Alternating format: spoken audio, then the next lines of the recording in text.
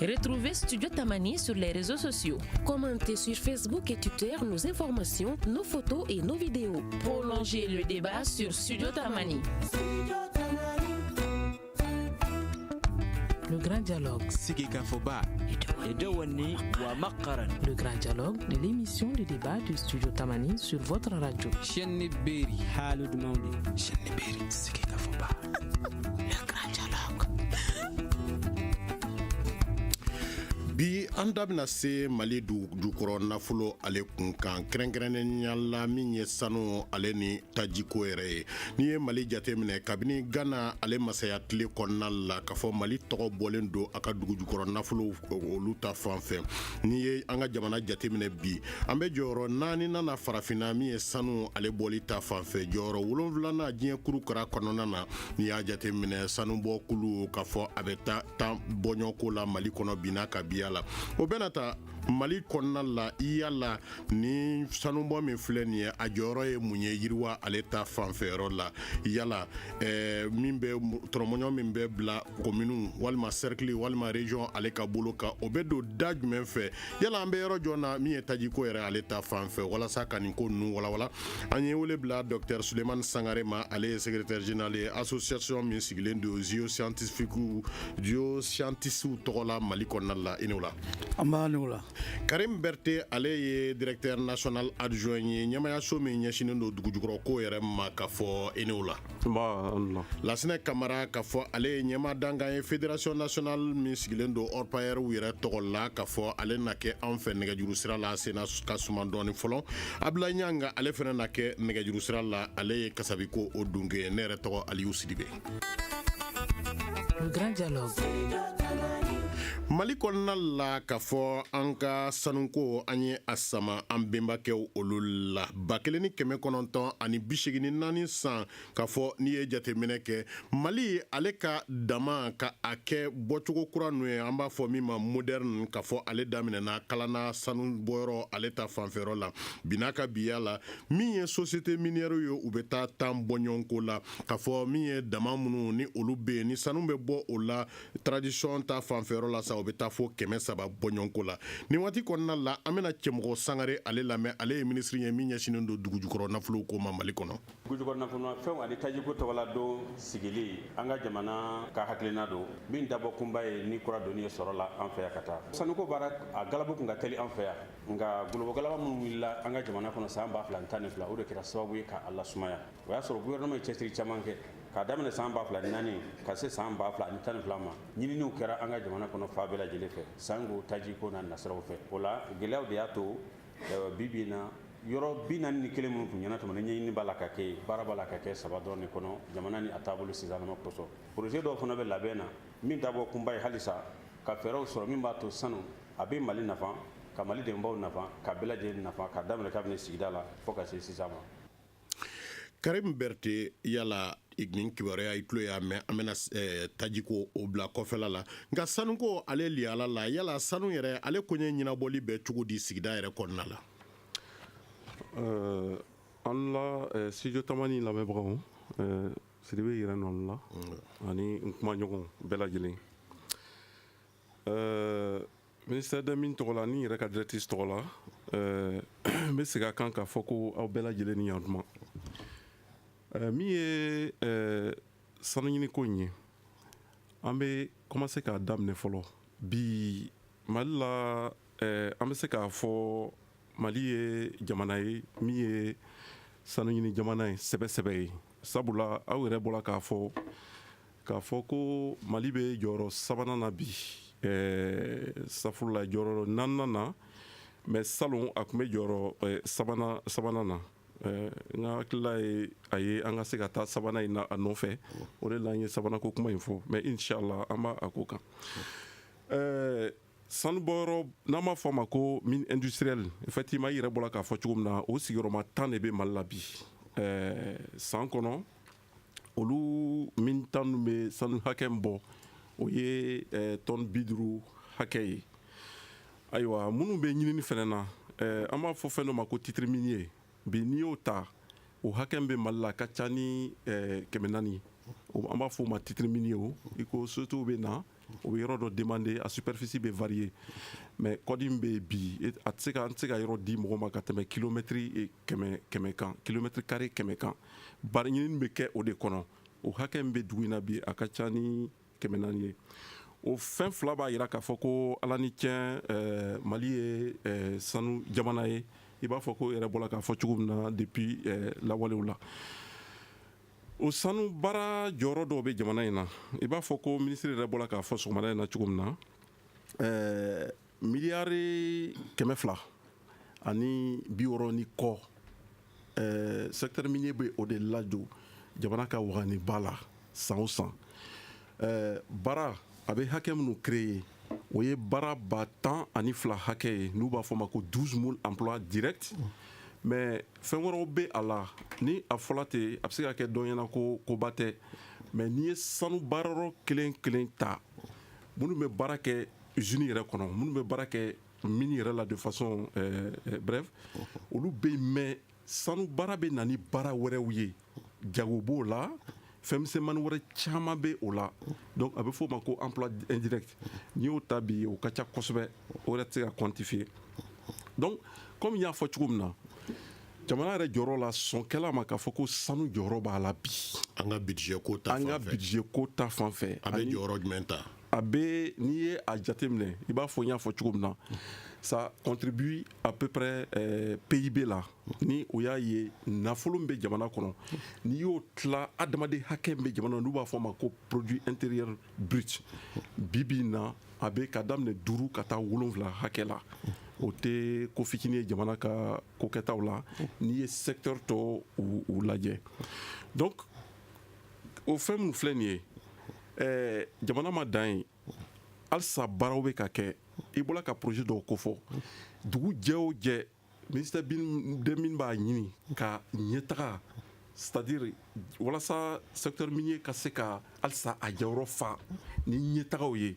jamana b'o bolo da mais an ye kibaruya minnu sɔrɔ misali la ni damakulu ninnu bɛna kana sigi an b'a ye k'a fɔ 100 sarada la a bɛ tila mali ale ni fan wɛrɛ mɔgɔw olu ni ɲɔgɔn cɛ kibaruya kun y'an sɔrɔ k'a fɔ 100 sarada la mali ta ye 20 dɔrɔn ye yala o liyala o jate nana cogoya di de ya bon fɛn dɔ bɛ yen fo mɔgɔw k'a faamu parce que i ɲɛ b'a la n'i ye damabaara in ta ani baara si tɛ kelen ye diɲɛ na Sidibe e k'a lajɛ e k'a jateminɛ an ka dugukolo y'an ta ye o ye tiɲɛ ye an y'a jateminɛ k'a fɔ ko sanu bɛ yen parce que sanu bɔ baara bɛ yen depuis lawale mais sanu bɔ baara minnu tun bɛ yen a tɛ se ka se tonne 1 tonne 2 fo ka taa se tonne 50 ma dɛ mɔgɔw de bɛ na n'u ka wari ye u ka nafolo u bɛ na n'a ye o nafolo natɔ fana a tɛ bɔ mɔgɔ kelen kun olu fɛ yen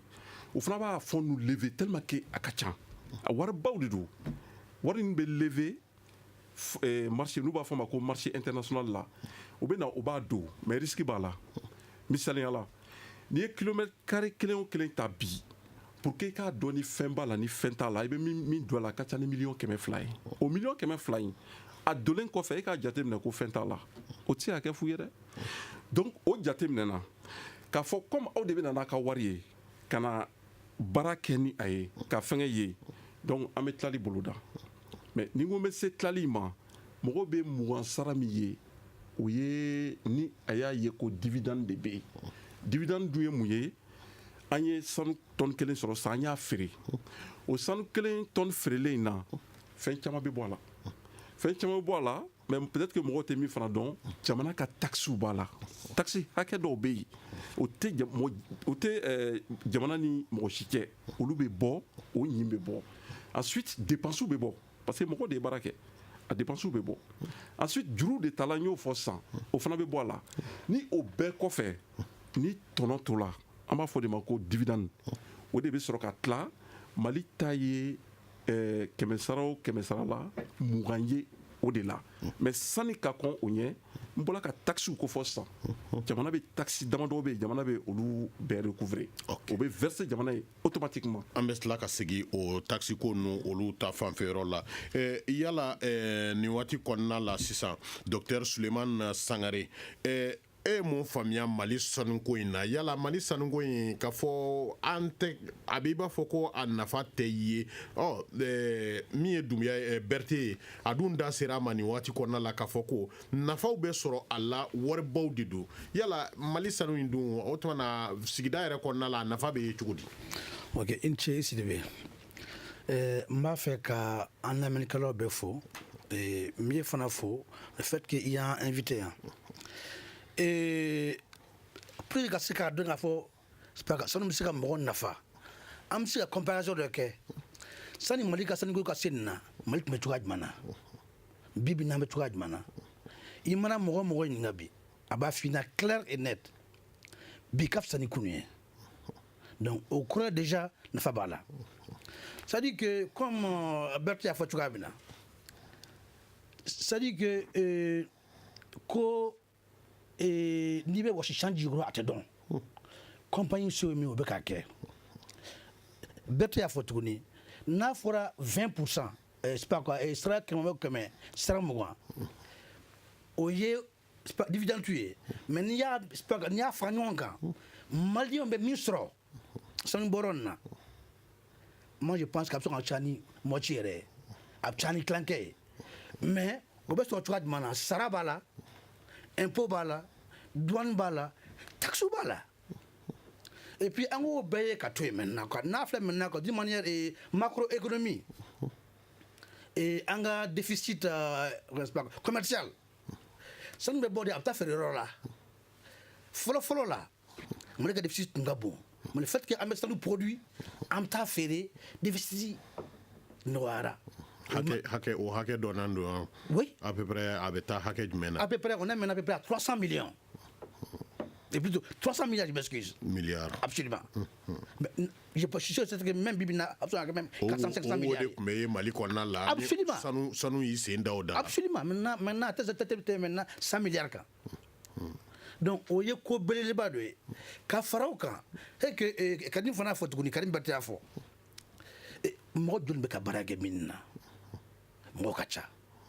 et puis an k'o bɛɛ bɔ yen sa min do y'a to an ka orpaillage maintenant an ka orpaillage bi bi in na o ye bolola baarakɛlaw ye tama baarakɛlaw vraiment o yiriwara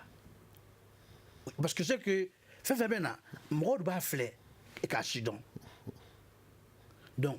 bi bi in na orpaillage min bɛ yen a ka ca dan t'a la donc o bɛɛ faralen ɲɔgɔn kan an bɛ se k'a fɔ réellement minnu bi bi in na a fisara Mali ma an ka sanu a fisara ma hakɛto b'a la. ni waati kɔnɔna la min ye Siyama k'a fɔ ale dama o ɲɛmaaba ka danka k'a fɔ an ni ale bɛ ɲɔgɔn fɛ nɛgɛjuru sira fɛ Adama Bagayogo i ni wula. An y'a ye Musa tile la k'a fɔ gɛlɛya tun bɛ Mali sarako la yɔrɔnin kelen k'a fɔ min ye kalanna sanu k'a fɔ ale kɔni bɔra dɔrɔn an y'a ye k'a fɔ fonctionnaire ka sara a yirala k'a fɔ juru fɛn o fɛn tun bɛ yen o bɛɛ sarala wa fonctionnaire tun bɛ sara a don na nka bi o bɔɲɔgɔnko min bɛ yen nɔ a bɛ taa bɔɲɔgɔnko 10 bɔɲɔgɔnko la yala aw ka dama in yɛrɛ a bɛ jɔda jumɛn na ni o ye Siyama dama ye a bɛ se ka jɔda jumɛn ta Mali ka yiriwale ale ta fanfɛyɔrɔ la. Bon, je pense que nous les folies que follow en la mémoire de la Guinée. Donc nous y comment tanné, je pense que Ouda donna samana ni sanoboyoro nous n'a fait. Je pense que événement nous temana prend comme hakil la Guinée 2012 événement y ni sanu tunte bi ame domina ko bi ame maliko kuma mina anda tise oma. Parce que moi nous kanga na folo di malla ou na folo tige. Donc compagnie minière nous be Mali la nous mettre production ke au lieu de mettre Johnny Mali ka sarao ani problème de passe caman be o de kun jone do noy donc ni yo ulu bela je fara fara ñon kan kala je awda tu sera ina fo Mali ka joro ko ma min nunu konona la bon min ateko ina fo dron ka fo que amba fo mi ma ko action ka fo que Mali be 10% ou 20% ta action ma mais na fawro ba ko nana minnu te ulu je ni Mali be se ko soro donc Berete dasira oma ina fɔ min ina fɔ l'impôt ni fɛnw ye donc an bɛɛ lajɛlen bɛ olu bɛɛ lajɛlen sara an jɔyɔrɔ kɔni hali n'i y'a jateminɛ bi Sikaso dɔrɔn zone kɔnɔna la c'est-à-dire an bɛ se ka ressources financières ni apport minnu kɛ Sikaso dɔrɔn zone kɔnɔna la ni Kajolo ninnu kɔnɔna la i b'a jateminɛ kosɛbɛ k'a fɔ que jɔyɔrɔba b'an an bɛ don min na i ko bi. misali la ekɔliso ani furakɛli yɔrɔ ko ta fanfɛyɔrɔ la Siama ye hakɛ jumɛn n'an bɛ se ka hakɛ dɔn a ko la min donna o yiriwali ta fanfɛ. Bon n'i y'a jateminɛ an ye fɛn caman kɛ parce que d'abord Siama ye min kɔrɔ de ye a tɔgɔ caman ko kura don kura tɛ donc n'i ye Siama convention jateminɛ a convention fɔlɔ signera depuis 87 donc BHP de tun bɛ yen BHP taara Arangol nana Arangol taara anw de nana bi anw ye Resolute de ye Resolute ye australienw ka société de ye donc n'i y'a jateminɛ kabini BHP fo bi écoliso fɛn fɛn bɛ 23 villages autour de Siama écoliso fɛn fɛn bɛ yen presque anw de y'a bɛɛ jɔ. Addition dɔ minnu bɛ yen n'o ye jiw bunduw ye k'o di mɔgɔw ma ani dɔgɔtɔrɔsow ni maternitéw ni CSCOM ni fɛnw an y'a caman jɔ jusqu'à présent an ka dɛmɛ fana bɛ se sigidala mɔgɔw ma donc min ye hali patente ye salon an ye patente min sara c'était dans l'ordre environ de 380 à 400 millions o salen ye min ye directement min kan ka don sigidala mɔgɔw bolo n'an b'a fɔ o ma ko patente o ni impôt wɛrɛw ani an ye action directe minnu kɛ volontariat yɛrɛ la. Donc, à lycée Nimbefourou, actuellement, au lycée, on a lycée Jolini. Donc, ce lycée-là a coûté à peu près jusqu'à 360 millions. Donc, moi, je pense que en action Tchamambé, en date, n'a fait qu'à cité. Lycée Djamdjando, on a mis là parce qu'après près de 25 à 30 ans d'exploitation, en réalisation, au Madougou Mola, Morobe, nous sommes à témoigner Fourou Kono, Morobe, nous sommes à témoigner Kadjola Fenekono. Nous sommes au Fenefo Aouye. Vous écoutez Studio Tamani, votre avis nous intéresse. Écrivez vos commentaires et suggestions sur la page Facebook et dialoguez avec nous. Studio Tamani, c'est aussi les réseaux sociaux. Ka segi kana kumaso kɔnɔna la yan nɔ da bɛ kibaruya min na o de ye dugujukɔrɔ nafa ko ale ye Mali kɔnɔna la yala Mali sanu ani a taji a bɛ nafa ɲɛ jɔn de ye walasa ka nin ko ninnu perepere latigɛ Dr Suleiman Sangare ale bɛ an fɛ yan nɔ ale ye ɲɛmaa ye association des géoscientistes privés la Mali kɔnɔna la Karim Berté k'a fɔ ɲɛmaayaso min ɲɛsinen don dugujukɔrɔ nafa ma ale y'o ɲɛmaa dangan ye Lasena Kamara k'a fɔ an ka wele sera ale manga ale kɔnɛ an b'ale sɔrɔ nɛgɛjuru sira la ni Abdoulaye Niane ale ye min ye Kasabiko o dunke ani min ye Siama ale dama o ɲɛmaaba ka dangan Adama Bagayogo ani o bɛ ɲɔgɔn fɛ ni waati na ni waati la Berté an tulo b'a la kɔsa in na ka fɔ u b'a fɔ ko carte d'accès an dun tun b'a ye gouvernement yɛrɛ b'a ye mɔgɔw gɛn ka wuli ka bɔ dama kɔnɔna la ni samiya wagati sera carte d'accès ko a bɛ ka yira k'a fɔ ko gouvernement yɛrɛ ale nin yɔrɔ ye yala i bɛ se ka dɔɔni fɔ an ɲɛna ale ko la wa. Oui, Sidibé, an cɛ tuguni au fait i b'a dɔn diɲɛ évolution de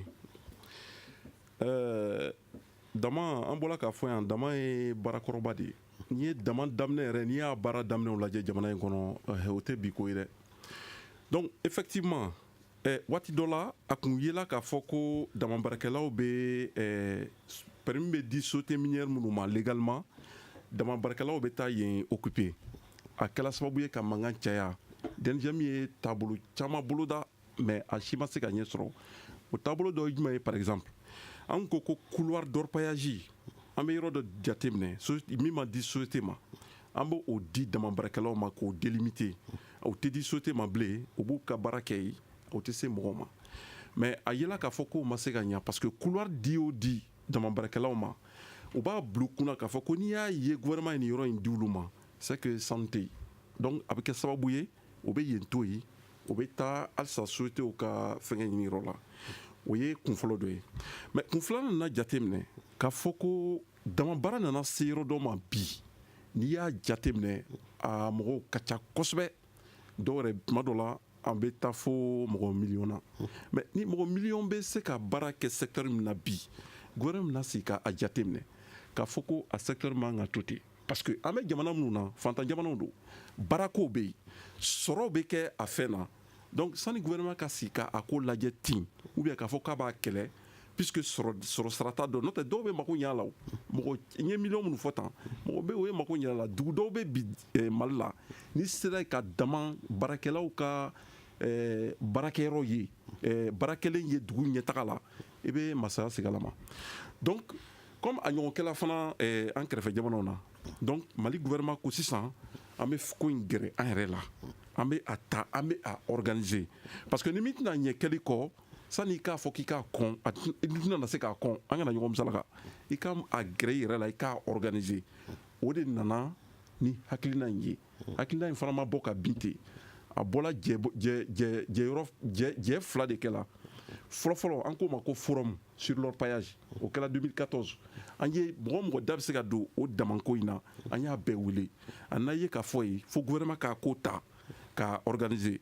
a bɛ kalo damadɔ bɔ an ye jɛba wɛrɛ kɛ u b'a fɔ o ma ko états généraux a kuma bɔla yen fana donc gouvernement ko a bɛ ta karitiw ye ale minɛn dɔ de ye n'o tɛ minɛn wɛrɛw bɛ yen voilà o faamuyara sanu ko k'a fɔ ale kɔni tɛ nafa dɔrɔn ye kɔlɔlɔ a bɛ a la nin waati la an ka Adama Ndiaye ale lamɛn ONG minnu b'a tɔgɔ ye ko Planète Verte 365 jours an ka ale lamɛn. Bon, sanubɔ kɔlɔlɔ ka ca sabu an ka sɛgɛsɛgɛli dɔw yɛrɛ kɛra an ka jɛkulu fɛ n'o ye vérificateur général ye rapport 2015 n'an y'o dayɛlɛ k'o lajɛ o page 40 ka taa se fo 43 ma i bɛna ye k'a fɔ n'an ye sanubɔyɔrɔ dɔ ta u ka ɲinini bolila yɔrɔ min kan kɛrɛnkɛrɛnnenya la n'o ye Morila ye a yira k'a fɔ o sanubɔyɔrɔ in na min ye lakana ye sigida la o kɔni dankarilen don la kosɛbɛ sabu hali minɛn minnu kan ka ɲinini kɛ k'a dɔn n'o y'a sɔrɔ fiɲɛnifɛnw bi fiɲɛ fɛ n'a bɛ taa ji la ou bien n'a bɛ se ka dugukolo yɛrɛ tiɲɛ min bɛ se ka na kɛ sababu ye ka baganw ni falenfɛnw k'olu ka balo yɛrɛ bali fo ka taa se adamadenya yɛrɛ kɛnɛya dankarili ma a yera k'a fɔ o minɛn ninnu yɛrɛ caman tɛ yen bon a yera fana k'a fɔ ko hectare 1000 ani kɔ u kan k'o de ka yiri turu o la mun kosɔn yiri tanya min n'o bɛna kɛ olu ka baara sababu la o bɛ se ka falen cogo min ka kɛ hɛrɛ ye jamana ma ka kɛ hɛrɛ ye dugu ma ka kɛ hɛrɛ ye falenfɛnw ma ani baganw a yera fana k'a fɔ hectare 1000 kɔ la olu yɛrɛ sera ka min kɛ dɔrɔn o hectare 100 de yiri turula o de la a yera fana k'a fɔ jamana yɛrɛ ɲɛmɔgɔw fana olu yɛrɛ kunnafonilen tɛ nin fɛn ninnu si la. Ni waati kɔnɔna la Adama Bagayogo i bɔra ka a mɛn kɔlɔlɔ min bɛ min ye damabɔkulu olu yɛrɛ la sigida ale ta fanfɛyɔrɔ la yala Mali kɔnɔna la yan bi nin wale minnu filɛ nin ye jɔyɔrɔko la yala kulu aw bɛɛ bɛ ka a matarafa wa? Bon, c'est-à-dire ni intervention ni y'a lamɛn comme a ye Morila de fɔ donc ne da tɛna don o la ne tɛ baara kɛ yen. Oui, mais aw bɛɛ kulu de aw kan ka ni fɛn min ni fɛn minnu kɛ olu de filɛ nin ye yala n'i ye jateminɛ kɛ bakuruba la nin wale ninnu bɛ ka kɛ wa? Non, n y'a faamu mais a ye cas min ta ça c'est spécifique à Morila mais n bɛ min kɔni f'i ɲɛna d'une façon générale n'i ko k'i bɛ sanu bɔ c'est-à-dire sanu tɛ se ka bɔ diɲɛ kɔnɔ ni kɔlɔlɔ tɛ sanu bɔ dɔrɔn tɛ hali n'i ko k'i bɛ so jɔ bi yɔrɔ dɔw la i bɛ se ka degun dɔw bɛ yen i b'a lase mɔgɔw ma. Mais au début, il faut atténuer les impacts, c'est-à-dire qu'à deux bords là. Donc, il est au deux bords là, il est ici donc là, il est sans nous il est gafé de gland, en bas comme étude d'impact environnemental et social. C'est-à-dire qu'il dit zamana il y a morouma, qu'il y en a que ne bina bara boloda, ni bara boloda ni c'est-à-dire ni hakilina ni hakilina oui. Mais après que avec des gens c'est dans la morouma. Mais en fait, faire une situation où il est à Andoya, c'est lui qu'on en a là. Donc, il y a des gens on met bara mounouké. K'a fɔ ko sigida lakanali a ti kɛ a bɛ kɛ c'est-à-dire an b'a kɛ non seulement k'a fɔ que aujourd'hui droit sariya caman bɛ mɔgɔw bolo multinationales don u bɛ na u bɛ baara kɛ mais ni a fɔra sisan k'i ye baara kɛcogo ma ɲɛ ko kɔlɔlɔ caman bɛ a sera sigidala mɔgɔw ma o tɛ kɛ tɔgɔ diya ye anw yɛrɛ ma fɔlɔ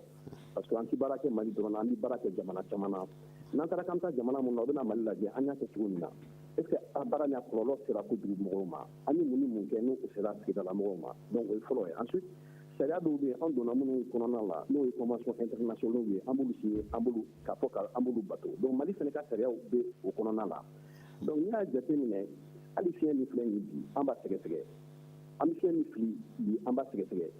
dangan bɛ sɛgɛsɛgɛ ji min n'a bɛ dugu jukɔrɔ o bɛ sɛgɛsɛgɛ olu machines b'an bolo tout le temps souvent yɛrɛ an bɛ analyse envoyé ka taa yɔrɔ caman olu u dara ɲɔgɔn na k'u suma ji min bɛ boli sanfɛ ji min bɛ boli duguma an b'olu k'u bɛɛ lajɛ mɔgɔ bɛ anw bolo bi sari siya ma kɔnɔ ni hali an bɛ namisanu bɔ ni fiɲɛ ni gɛlɛya bɛna don fiɲɛ la don min na olu sigilen bɛ fo Australie u bɛ se k'a fɔ an ɲɛna kɛ aw kɔlɔsi fiɲɛ min n'a bɛ ci siya ma kɔnɔ bi ni aw ye sanu bɔ ni gaz ninnu dɔw bɛ yen n'olu sera ka échapper a bɛ se ka kɛ kɔlɔlɔ ye ka lase sigidala mɔgɔw ma ni olu sera norme dɔw ma on est obligé a dɔw yɛrɛ ka usine lajɔ donc pour que an kana se ka baara kɛ donc mais mɔgɔw bɛ kuma caman fɔ mais c'est parce que u t'a dɔn a ka di mɔgɔ da mɔgɔ min bɛ se k'a dɔn kosɛbɛ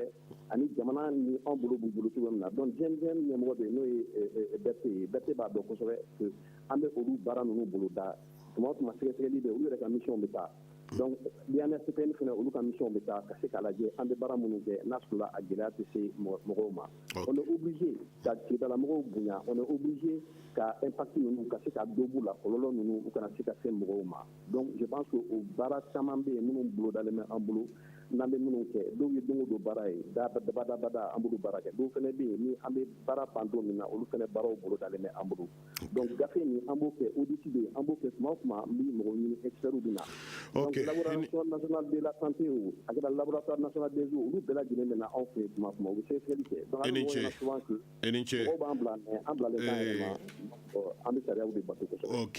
docteur Sulemani Sangare an y'a jateminɛ ni société ninnu kɔni bɛ na an b'a dɔn k'a fɔ tɔrɔmɔɲɔgɔn dɔ kɔni bɛ bila sigida k'a fɔ ale yɛrɛ labɛnni walasa a y'a fɔ cogo min na sisan k'a fɔ a kɔlɔlɔ o bɛ se ka dɔgɔya cogo min na sigida ale kan yala n'i ye lajɛli kɛ dama ninnu olu sigiyɔrɔw la bibi in na Mali kɔnɔ yala tamasiyɛn b'a jira k'a fɔ ko nin kasabi in bɛ ka don a baara la tigitigi wa.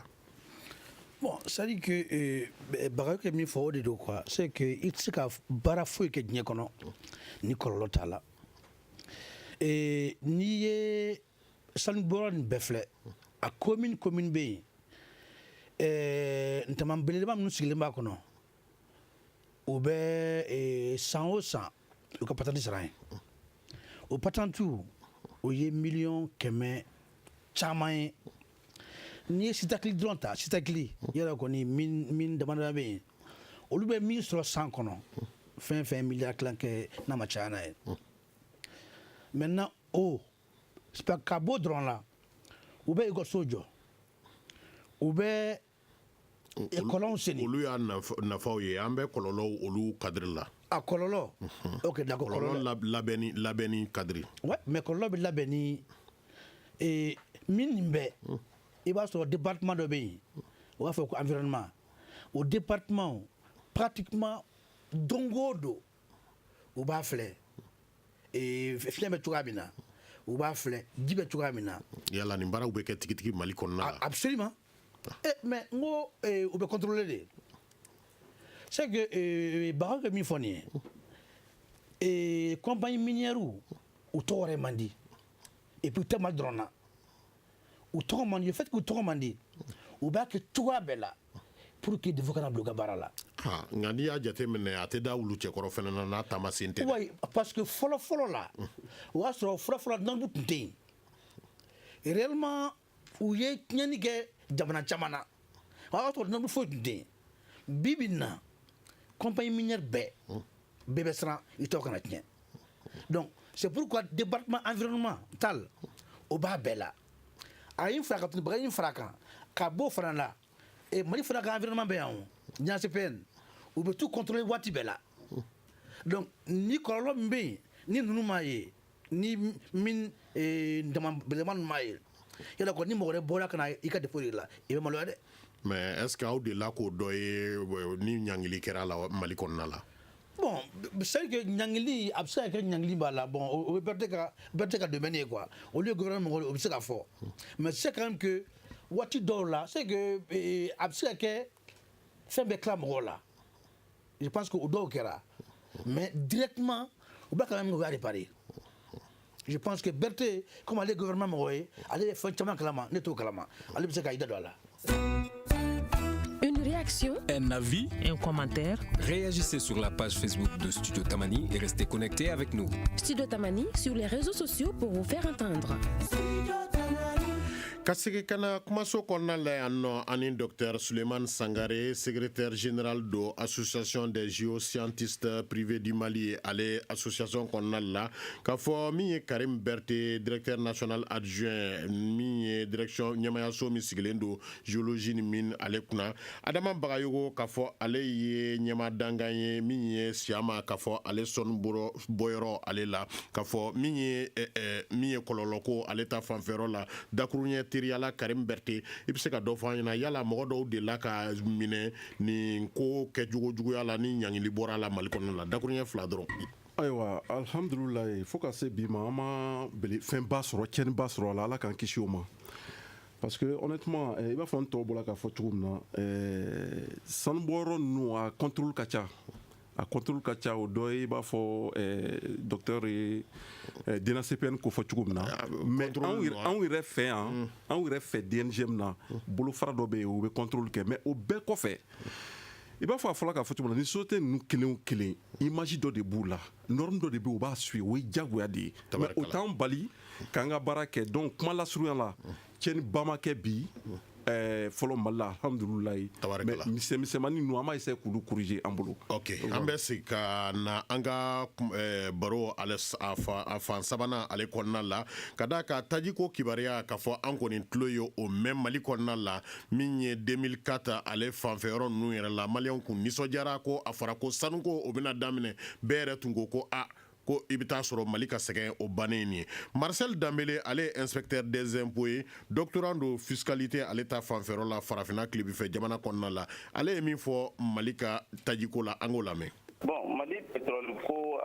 tun bɛ sen kan a ɲinini tun daminɛna depuis 2004 Mali gouvernement a ye pétrole ko kɛ Mali priorité dɔ ye donc o hukumu kɔnɔna na licence d'exploitation dama dama dira compagnie dɔw ma i b'a fɔ la compagnie nationale italienne des hydrocarbures, la compagnie nationale pour la recherche, la production, le transport et la commercialisation des hydrocarbures qu'on appelle Sonatrach de l'Algérie. Donc lui exploration dɔw kɛ dans les bassins de Taoudéni, donc o ye baara caman kɛ, o ye exploration kɛ, o ye forage yɛrɛ kɛ, o ye forage 5 ɲɔgɔn kɛ parce que pétrole ɲinini ani k'a fɔ ko pétrole sɔrɔla o fana c'est deux choses. Ka pétrole bɛ se ka ɲini a bɛ se ka hali sɔrɔ yɛrɛ mais hali n'a sɔrɔla il faut que études de ka kɛ pour que k'a yira k'a fɔ est-ce que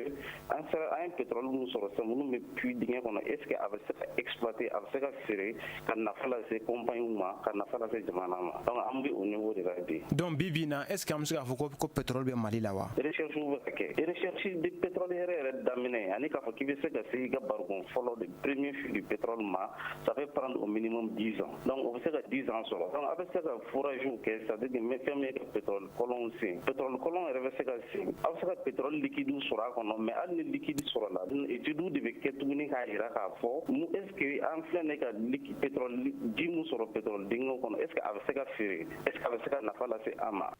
Santango kuma fɔra Santango kuma yɛrɛ tɛ fɔ nango tuguni 2004 ale ni bi cɛ san 10 ale kɔ sagona ŋunuŋunu dɔw kɔni y'a yira yɛrɛ k'a fɔ ko taji yira Mali kɔnɔna la ko ani Algérie dancɛ la dɔw ko ni an ye taji bɔli daminɛ dɔrɔn ko o tumana k'olu ka taji bɛɛ bɛ jigin ka na an fɛ yan nɔ. Docteur Suleiman Sangare e bɛ mun dɔn Mali taji ko la yala taji a bɛ yen wa a tɛ yen wa? Bon ne bɛ se ka min fɔ a la n'i y'an ka bassin cogo filɛ o Taoudéni bassin min ka bon n'a bɛɛ ye taji a bɛ se ka sɔrɔ on appelle ça potentialité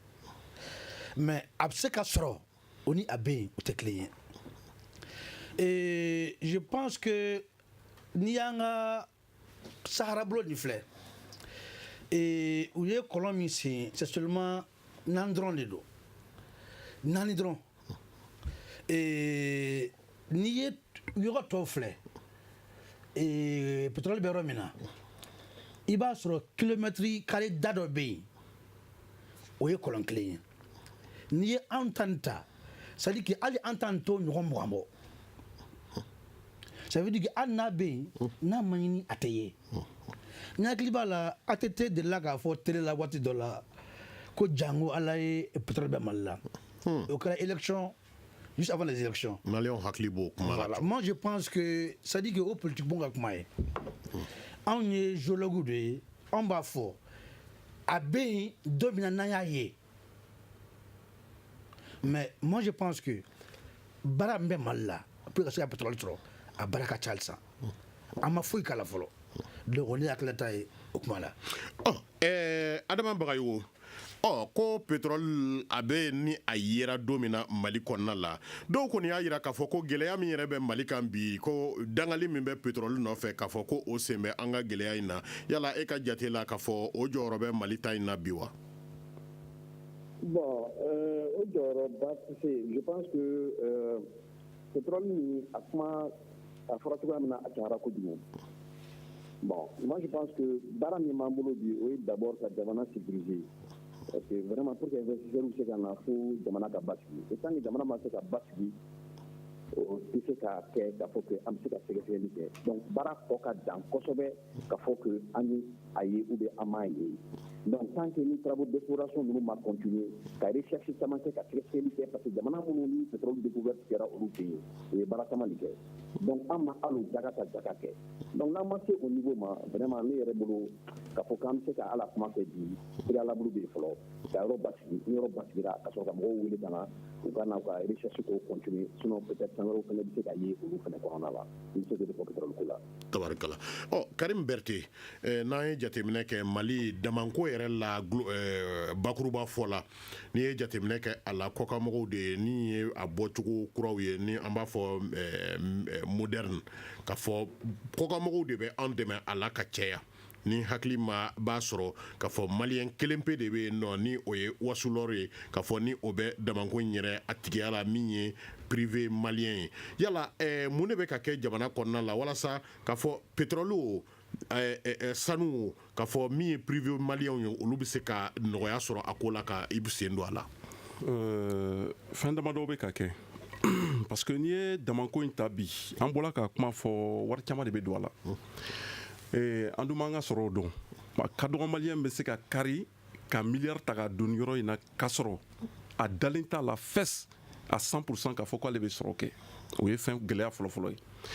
a filanan ye mun ye fo kana se kɔsa in na ma technicité ko tun bɛ yen parce que fɛn min don an ka fɛn dɔw fɔ ɲɔgɔn na kalanw de bɛ yen mais alhamdulilayi bi Mali fana bɛ mine industrielle ko in na a bɛ san 20 ɲɔgɔn bɔ bi an ye ingénieurs sɔrɔ an ye techniciens sɔrɔ minnu bɛ se ka damabaara in kɛ mun bɛ ka kɛ département yɛrɛ fɛ a fɔlɔfɔlɔ an ye a essayer puisque mineba wari ka ca an bɛ a essayer ka mine misɛnmaninw développer misaliya la mineba ale bɛ se ka wari ta fo ka se miliyari 100 na mais par contre mine misɛnmanin ale bɛ se ka 500 millions 700 fo ka se miliyari 1 na an ko maliyɛnw bɛ se ka fara ɲɔgɔn kan par exemple k'o wari kɛ ɲɔgɔn kan k'o mine développer alhamdulilayi a commencé la ka kun bɔ parce que ale ta in na bi permis autorisation min dilen bɛ u ma o ko la a bɛ 14 bɔ dɔɔni dɔɔni an bɛ kɛ u bilasira walasa u k'a daminɛ sabula mine o hakɛ in a nafa ka bon kosɛbɛ a nafa fɔlɔfɔlɔ dɔ ye min ye fɛn fɛn bɛ sɔrɔ a la puisque a ka ca ala fɛ maliyɛnw de bɛ se ka maliyɛnw de b'ale kɛ ale baara kɛ a nafolo bɛ to an fɛ yan a nafolo bɛɛ bɛ to an fɛ yan ka tugu a kan bilen a bɛ baara di donc mine misɛnmanin caman n'i ye olu fara ɲɔgɔn kan k'u nafa lajɛ jamana in na a bɛ se ka mine kumaba damadɔ tɛmɛ parce que mine kumaba ninnu caman u bɛ sɔrɔ min kɛ i yɛrɛ bɔra k'a fɔ an ka mɔgɔw tɛ wari min bɛ sɔrɔ a tɛ dun an fɛ yan a bɛ taa dun fan wɛrɛ fɛ mais mine misɛnmanin maliyɛnw bɛ se ka ye min na o nafolo bɛɛ bɛ to an fɛ yan donc o de bɛ ka kɛ. Adama Bagayogo a bɛ fɔ an fɛ yan nɔ k'a fɔ wulu bɛ taa yɔrɔ dɔ la k'a fɔ kolokuru tɛ yen nka a bɛ bɔ bin kɔni kan aw ka baara kɔni ɲɛsinnen don sanuko ale ma yala Mali ka dugujukɔrɔ nafa la tajiko ale ni sanuko bɔlen kɔfɛ yala nafa sɔrɔ fɛn wɛrɛw bɛ yen nɔ minnu bɛ se ka min ye dɛmɛni kɛ ka galabu kura don Mali ka sɔrɔ kɔnɔna la wa aw bɛ yɔrɔ minnu na. Oui, c'est-à-dire que baara caman bɛ yen minnu bolodalen bɛ mais c'est-à-dire ne bɛ fɛ ka min fara dɔɔni a kan pour que an ka sanubɔ in a ka se ka nafa ni fɛnw ɲɛ parce que dugujukɔrɔ fɛn de don dugujukɔrɔ ko ye fɛn an b'a fɔ min ma ko c'est pas renouvelable c'est-à-dire k'a fɔ k'a bɛ kuraya a tɛ se ka kuraya donc a bɛ komi bɔrɔ kɔnɔ fɛn i b'i bolo don a kɔnɔ don o don i bɛ dɔ bɔ laban na di ban donc je pense que jamana ye ɲɛbila caman kɛ olu kɔnɔna la bon mɔgɔw bɛ kuma caman fɔ a nafa ko n'a nafabaliya la mais ne bɛ min fɔ c'est-à-dire que n ka compatriotes ye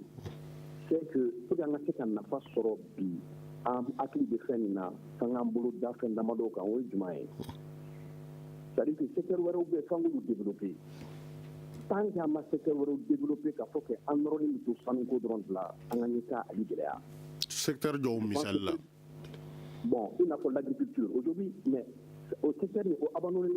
mais on a sur le bout de là-haut. C'est-à-dire, on sait qu'à son bon, mais ça nous n'a pas mis en affaire, il sait qu'on a des développements, pour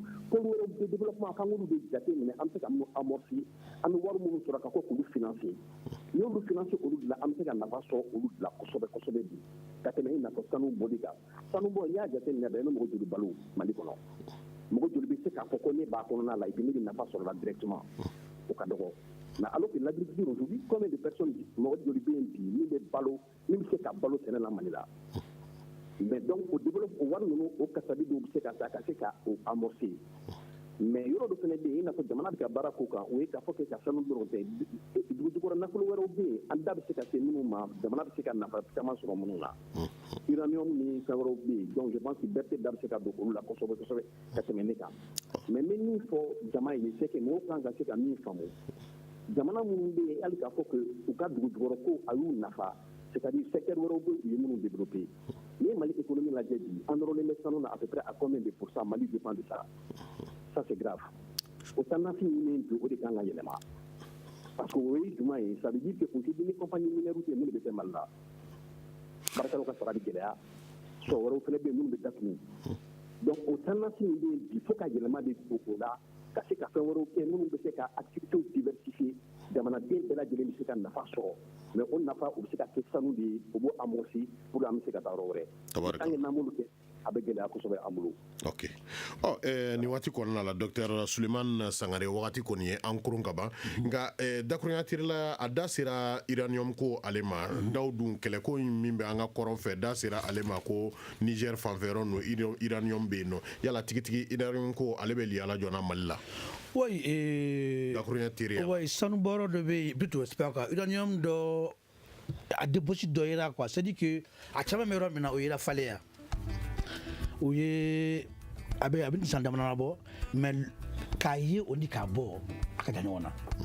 parce que uranium bi bi na a sɔngɔ man ca c'est pour que a ko basman lo fɔlɔ. Tabarikala. Ok nin kɔni jɛmukan in ka fɔ ale tun bɛ fɛn min kan sa o ye Mali dugu jukɔrɔ nafa ye yala sanu ale ni taji min bɛ ko fɔ Mali kɔnɔna la a bɛ jɔn de nafa ka d'a kan k'a fɔ kɔlɔsi kɛra k'a fɔ ko ɲɛkan jaraki tɛ kɛ min ye sanu ale ni taji ale nafa yeli la maliyɛnw olu kan walasa ka nin ko ɲɛfɔ docteur Suleiman Sangare ale ye secrétaire général ye association des géoscientistes privés la Mali la min ye Karim Berté k'a fɔ ale ye ɲɛma Dangaye, direction nationale de la géologie et des mines ale la Adama Bagayogo ale Nyama Dangaye mi ye mine d'or mbɛ siamakaw olu fe no ni jɛmukan ye k'a fɔ ale kɔni sera a danna nka aw bɛ se k'a lamɛn walima k'a lajɛ ni aw yɛlɛnna bɔlɔlɔ sanfɛ www.studiotamani.org ni aw bɛ ɲininkali bɛ aw fɛ fɛnɛ 75 84 11 ani 11 walima 75 84 12 ani 12 k'a fɔ labɛn nu olu sabatira Ibrahim Aran Diallo ale fɛ fiɲɛw turukala o tun bɛ fili de Dambele ale bolo jabarani ye Mamadou Ouattara ne yɛrɛ tɔgɔ Aliou Sidibe aw k'an bɛɛ siɲɛ wɛrɛ. Le grand dialogue. Le grand dialogue de l'émission de débat du studio Tamani sur votre radio.